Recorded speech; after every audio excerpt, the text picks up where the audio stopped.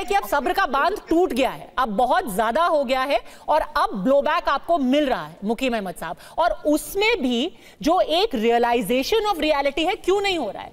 आज के दिन भी, और मैं तस्वीरें दिखाना चाहती हूं अपने दर्शकों को, आज के दिन भी क्वेटा में 200 ताबूत पहुंचे हैं और जब मैं पाकिस्तानी मीडिया देख रही थी उन्होंने कहा कि ये एहतियातन हमने भेज दिए।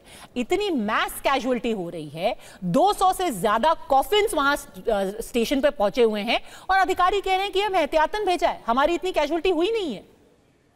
देखिए, जब ये ऐसी कॉन्टीजेंसी होती है आपको हर एस्पेक्ट को देखना पड़ता है। आप दवाइयां भी भेजेंगे, आप फूड भी भेजेंगे, आप डेड बॉडीज के लिए बैग भी भेजेंगे। अरे सर, आप सेना भेजिए, सेना की जगह आप ताबूत भेज रहे हैं, मतलब आप गन भेजिए, आप चॉपर भेजिए। आप जो सोचिए, वहां सिटीजन सोच रहे होंगे कि आप लोगों को बचाने के लिए जा रहे हैं, आपने कहा चलो भाई कॉफिन भेज दो, अब तो कुछ नहीं होने वाला। अच्छा, तो वो आपसे पूछ के आर्मी भेजेंगे या आपसे पूछ के रिसोर्सेज भेजेंगे? What are you trying to say? नहीं, आपने भेजी अपनी आर्मी, अगर आपने अपनी पूरी आर्मी भेजी हुई है तो 24 घंटे से छुड़ा क्यों नहीं पाए आप लोगों को? तो उनको मारा किसने? 30 आदमी उनके मारे, किसने मारे? आपने। सर 24 घंटे में आपने 30, सो मनीष ये तो सक्सेसफुल ऑपरेशन हो गया कि 24 घंटे में आपने 30 आदमी तो कम से कम मार दिए। नहीं, देखिए दो चीजें हैं, 24 घंटे में 30 पाकिस्तानी सेना के लोग मारे गए जो ऑपरेशन में गए थे।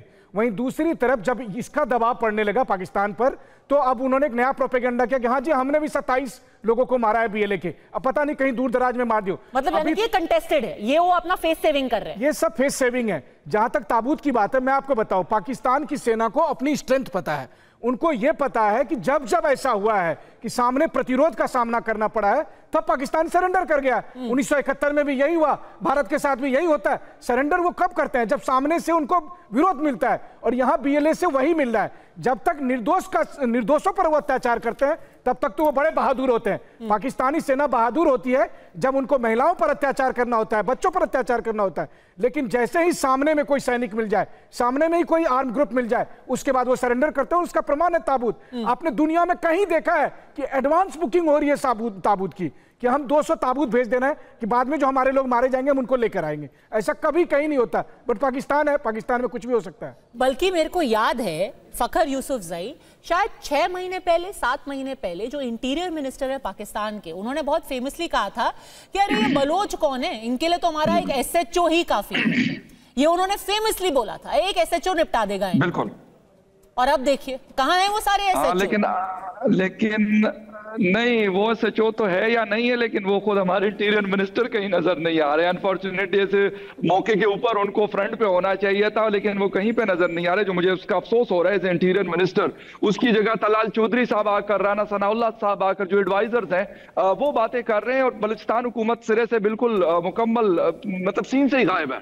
वो है। एक चीज मैं आपको थोड़ी सी बताता चलो, आप लोग बात करें कि जी दहशतगर्दी है, ये वो, BLA basically declared terrorist organisation है। बाकी बातें उनकी जो क्या कर रहे हैं उनके साथ क्या, वो एक अलग स्टोरी है। मिसिंग पर्सन है, एक जेन्युइन स्टोरी है, वो है वहां पर, वो बलूचिस्तान का। लेकिन उनको रिप्रेजेंट कौन कर रहा है? बलूचिस्तान को रिप्रेजेंट करने वाले अख्तरजान मेंगल साहब है, सरदार अख्तरजान मेंगल साहब रिप्रेजेंट करते हैं उनको। डॉक्टर मारंग बलोच साहिबा रिप्रेजेंट करती है, हम उनकी बड़ी मतलब रिस्पेक्ट करते हैं। ये लोग उनके जो है लीडर्स हैं, उनको वो बलूच लोग मानते भी हैं, उनके साथ वो निकलते भी हैं। और पूरे बलूचिस्तान के अंदर अगर उनकी कोई आवाज पहुंची है तो इन लोगों के जरिए वो आवाज उनकी पहुंची है। हाँ, हमारी रिस्पॉन्सिबिलिटी क्या है एज अ स्टेट? हमारी रिस्पॉन्सिबिलिटी ये है कि हम उनके ग्रीवियंसेस को सुने।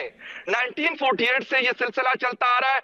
मुफ्ती साहब को जिस वक्त उनकी असैसिनेशन की गई, उनको शहीद किया गया 2007 में, उस वक्त से लेकर अभी तक 18 साल गुजरे। 18 साल के अंदर हमने कौन सा एज ए स्टेट ऐसा काम किया है कि यार कम से कम उन लोगों के, मैं बीएलए की बात नहीं करता, बीएलए के खिलाफ जो है हमारी मिलिट्री मौजूद है, वो लड़े उनके साथ, वो जिस तरीके से भी लड़ती है, जिस तरीके से भी एलिमिनेट करती है, उनका काम है। लेकिन जो एक आम बलोच है, उनके ग्रीवेंसेस है, उनके कंसर्न्स है, उनको सुनना मेरे स्टेट की जिम्मेदारी है और मेरे स्टेट को उनको सुनना पड़ेगा। अगर नहीं सुनेंगे, यकीन करें कि ये जो आज हम हालात देख रहे हैं, अनफॉर्चुनेटली हम जो मर्जी बातें कर ले, जो मर्जी मैं झूठ बोल लूं, कोई और जो मर्जी झूठ बोल ले, कोई मर्जी कुछ भी बोल ले, हमारी हुकूमत, हमारी मिलिट्री, हमारे लोग कुछ भी बोल ले, लेकिन हकीकत कुछ और है, वहां पर रियलिटीज कुछ और है। बलूचिस्तान की सरजमीन पर वो लोग अगर नाराज है, क्यों है? आखिर कोई तो वजह होगी ना क्यों हमसे नाराज है। अगर पश्तून नाराज है तो आखिर उसकी कोई तो वजह होगी ना, कि लोग मंजूर पश्तीन के पीछे जा रहे हैं। पश्तून लोग एक आम सा यंग सा लड़का है, लोग डॉक्टर मारंग बलोच के पीछे जा रहे, क्यों जा रहे हैं? डॉक्टर मारंग बलोच क्या उनको पैसे देती है? बिल्कुल भी नहीं देती। एक आम सी छोटी सी गाड़ी में डॉक्टर मारंग बलोच पूरे बलूचिस्तान में फिरती है, लेकिन एज ए लीडर लोग उनको मानते हैं, लीडर लोग उनको फॉलो करते हैं। ये अनफॉर्चुनेटली हम इन चीज को समझना नहीं चाहते। 71 भी हुआ, 1948 भी हुआ, 56 भी हुआ, उसके बाद 99 भी हुआ, बेशुमार हमने ऑपरेशन भी किए, बुख्ती साहब की असैसिनेशन भी की गई, लेकिन उससे भी हमने कोई सबक नहीं सीखा। और आज भी हम कहते हैं कि ये power, more power, more power, कितनी मिलिट्री पावर हम इस्तेमाल करेंगे, कितनी हमने इस्तेमाल कर ली, लेकिन उसका रिजल्ट आज हमें क्या मिला। और अगर मिलिट्री हमारी उसकी पावर सही रहती तो ये वाला इंसिडेंट फिर नहीं होना चाहिए था। और अगर उनका वो ऑपरेशंस कामयाब तो ये इंसिडेंट हुआ। और लोग क्यों नाराज है? ऐसा नहीं है कि उन्होंने पहले बताया नहीं। एक सेकंड रुकिएगा फकर।